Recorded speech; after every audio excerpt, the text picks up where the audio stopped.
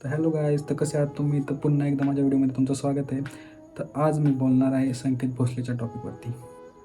तुम्हाला माहितीच असेल की संकेत आज आपल्यासोबत नाही आहे, पण तो का नाही आहे हे तुम्हाला माहिती आहे का? जर माहीत नसेल तर याच्या अगोदरचा एक व्हिडिओ पोस्ट केला आहे, वरती आय बटनवरती त्याची लिंक दिसेल, तिथे जाऊन क्लिक करा आणि संकेतसोबत काय घडलं आहे याची पूर्ण स्टोरी बघा. तर चला मी सांगतो तुम्हाला की संकेत भोसलेला नेमकं कुणी मारलं. संकेत भोसले आज आपल्यासोबत का नाही आहे? कोणी मारलं संकेत भोसलेला? असे खूप सारे प्रश्न तुमच्या मनात असतील. तर आज मी त्याचबद्दल तुम्हाला सांगणार आहे. थोडक्यात तुम्हाला संकेत भोसलेची स्टोरी सांगतो, ते ऐका. धक्का लागण्याच्या शुल्क कारणावरून संकेतचा कॉलेजमध्ये एका थोड्या गोष्टीवरून, म्हणजे धक्का लागल्याच्या गोष्टीवरून एका मुलासोबत थोडेसे बोलण्यावरून थोडंसं भांडण झालं होतं. त्यानंतर त्या मुलाने त्याच्या साथीदारांसोबत, जे कोणी आरोपी आहेत त्यांच्यासोबत मिळून संकेतचं किडनॅप केलं, त्याचं अपहरण केलं आणि अपहरण करून त्याला त्यांच्या इलाक्यात, त्यांच्या हद्दीत नेऊन अशा प्रकारे मारहाण केली की त्याला त्याचा जीव गमवावा लागला. तर ते लोक नेमकी कोण होती? तर त्याच लोकांबद्दल मी आज तुम्हाला सांगणार आहे. तर चला, त्या लोकांची नावं मी तुम्हाला सांगतो. तर कोण होती ती लोक ज्यांनी संकेतला मारलं? तर संकेत भोसले या खून प्रकरणातील मुख्य आरोपी कैलास धोत्रे हा कोण आहे हे तुम्हाला माहिती आहे का? तर तेच मी तुम्हाला सांगतो. देवा धोत्रे म्हणजे संकेत भोसलेचा ज्या मुलाला धक्का लागला तो देवा धोत्रे याचे वडील कैलास धोत्रे हे मुख्य आरोपी आहेत ना. या शिंदे गटाचे ते उपशहर प्रमुख आहेत. मग काय वाटतं तुम्हाला गाईज, त्यांना शिक्षा होईल का? त्यांना, त्यांच्या संकेतच्या घरच्यांची तर त्यांना असं वाटतंय की त्यांना फाशीची शिक्षा व्हावी.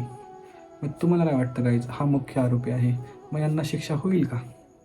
जे मुख्य आरोपी आहेत त्यांना शिक्षा होईल का, हा प्रश्न आज सगळ्यांसमोर उपस्थित राहिला आहे. तर यासाठी खूप मोर्चे काढले जात आहेत. अटक झालीच पाहिजे, संकेत भोसलेच्या आरोपीला अटक झालीच पाहिजे, संकेत भोसलेला न्याय मिळालाच पाहिजे. जय भीम, जय भीम. सगळ्या जाती धर्माचे, सगळ्या भाषेचे सगळे भाऊ आमचे आजच्या मोर्चात सामील झाले. पुन्हा कॅन्डल रॅली काढल्या जात आहेत. तर आज मी थोडक्यात तुम्हाला माहिती सांगतो. तर या घटनेने शहरातील कायदा व सुव्यवस्थेवर प्रश्नचिन्ह निर्माण झाले आहे. या घटनेच्या निषेधार्थ बुधवारी रिपब्लिकन नेते ॲड किरण चन्ने यांच्या नेतृत्वाखाली न्याय मागणी एल्गार मोर्चाचे आयोजन करण्यात आले होते. छत्रपती शिवाजी महाराज चौक येथे छत्रपती शिवाजी महाराजांच्या पुतळ्यास पुष्प अर्पण करून हा मोर्चा काढण्यात आला. या मोर्चात RPI सेक्युलरचे राष्ट्रीय अध्यक्ष श्यामदादा गायकवाड, पिंपरी चिंचवडचे आंबेडकरी कार्यकर्ते साकी गायकवाड, अहमदनगर येथील आंबेडकरी कार्यकर्ते प्रदीप थोरात, कॉम्रेड एड उदय चौधरी, रवींद्र चौधरी, राहुल सोळंकी, सुमित्र कांबळे, शाहूराज साठे, ॲड दिलीप वाळंज, रवींद्र चन्ने यांच्यासह भिवंडीसह ठाणे, पालघर, पुणे व अहमदनगर येथील आंबेडकर अनुयायांसह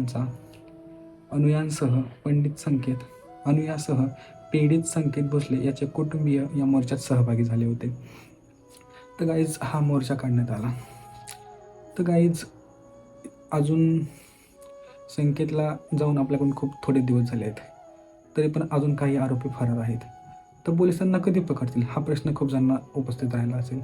तर त्यांना शिक्षा होईल का? तुम्ही कमेंट करून नक्की सांगा की त्यांना शिक्षा होईल का, आणि होईल म्हणजे याच्यावरून आपल्याला समजेल की आपल्या देशात न्यायव्यवस्था आहे की नाही.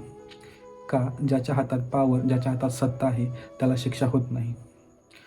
तर संकेतसाठी खूप जण प्रयत्न करत आहेत की आरोपींना शिक्षा व्हावी, आणि खूप जणांची मागणी आहे की त्यांना फाशीची शिक्षा व्हावी. तर तुम्हाला काय वाटतं गाईज, त्यांना फाशीची शिक्षा होईल का?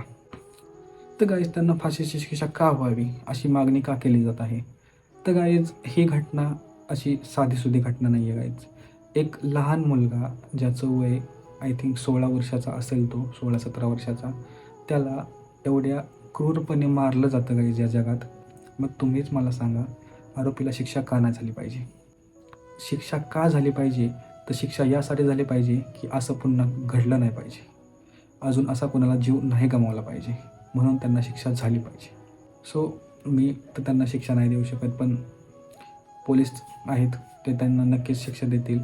आणि समाज पण आहे. समाज पण अशा गोष्टी घडू देणार नाही. यासाठी पूर्ण समाज एकवटला आहे संकेतला न्याय देण्यासाठी. तुम्ही पण कमेंट करून मला सांगा की त्याला न्याय भेटेल का? तुम्हाला काय वाटतं गाईज? त्यांना फाशी झाली पाहिजे का? लवकर कमेंट करून सांगा. आणि अशी घटना पुन्हा घडू नये यासाठी पूर्ण तुम्ही पण प्रयत्न करा की अशी घटना घडू नये. तुमच्यासमोर कोणाच्याशी भांडणं होत असतील तर नक्की मध्ये जाऊन सोडवण्याचा प्रयत्न करा.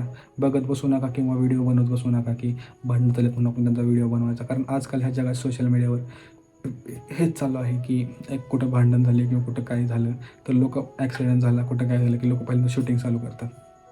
तर गाईज असं करू नका. मी तुम्हाला एवढंच सांगेन की कुठे भांडणं झाली तर तिथं सोडवण्याचा प्रयत्न करा, जेणेकरून अशा घटना घडणार नाहीत. कुठं ॲक्सिडेंट झाला तर त्याला लवकरात लवकर हॉस्पिटलमध्ये नेण्याचा प्रयत्न करा. असा विचार नका करू की पोलीस येतील, पोलीस केस आहे असे तसं. जे होईल ते नंतर बघेन, पण तुमच्यामुळं कोणाचा तरी जीव वाचेल. तर या तुम्हाला एवढंच सांगायचं आहे की आता आपल्याला या गोष्टीवरून नक्कीच समजेल की जर त्यांना शिक्षा झाली तर आपण समजू की ह्या जगात आज पण न्याय जिवंत आहे. आणि जर त्यांना शिक्षा नाही झाली तर आपण समजून जावा की ह्या आज जगात न्याय जिवंत नाही. या जगात दोष मोठा, ज्याच्याकडे पैसा, ज्याच्याकडे सत्ता तोच पॉवरफुल. तर आजचा व्हिडिओ आहे तुम्हाला कसा वाटला कमेंट करून नक्की सांगा. आणि आपल्या संकेत भावाला न्याय मिळवण्यासाठी हा व्हिडिओ खूप खूप शेअर करा, जेणेकरून खूप लोक व्हिडिओ बघतील आणि त्यांना समजेल की संकेतसोबत काय झाले. या अगोदरही मी एक व्हिडिओ बनवला आहे, त्यात संकेतबद्दल काय काय झाले तो मी पूर्ण स्टोरी कवर केली आहे. ते तुम्ही व्हिडिओ जाऊन बघा, म्हणजे तुम्हाला समजेल की संकेतसोबत काय काय झालं आहे. तर आजचा व्हिडिओ मी इथेच एंड करतो. भेटूया आपण पुढच्या व्हिडिओमध्ये. तर चला, तोपर्यंत बाय बाय.